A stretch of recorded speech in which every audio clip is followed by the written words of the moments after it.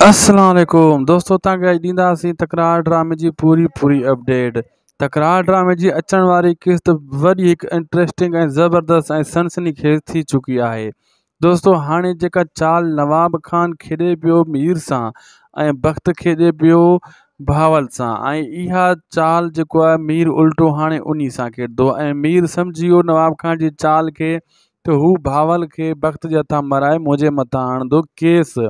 ऐं सभिनी इहे सोचींदा हुआ त इहो मीर कमु कयो आहे। मीर इहा सलाह वञी कंदो सिजावल ख़ान सां ऐं सिजावल ख़ान सॼी चाल सम्झी वेंदो ऐं मीर खे ॿुधाए छॾींदो तोसां हीउ कमु थींदो, तूं सियाणो थी ऐं इहो कमु न कजांइ ऐं न वञिजांइ, ठीकु आहे, नवाब खान जे माण्हुनि सां। ऐं वक़्तु अॻे तयारी कयूं वेठो आहे ऐं होॾां वरी जेको आहे बख़्शल घड़ी घड़ी भड़काए रहियो आहे शेर अली खे सिजावल ख़ान जे ख़िलाफ़।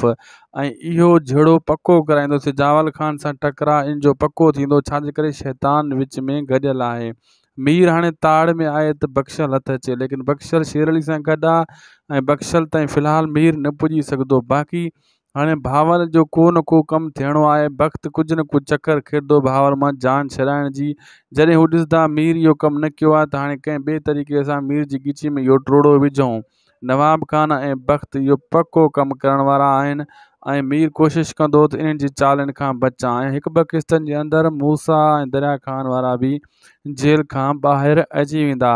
हाणे दोस्तों, ड्रामो हिकु बहितरीनु थी चुको आहे। अचण वारी किस्तनि में इहे सीन तव्हांखे ॾिसण वटां मिलंदा। जी दोस्तों, तव्हां वीडियो एसी ताईं ॾिठो आहे त महिरबानी करे दासी टीवी खे सब्सक्राइब करे छॾियो। हर अपडेट टाइम ते मिलंदी तव्हांखे।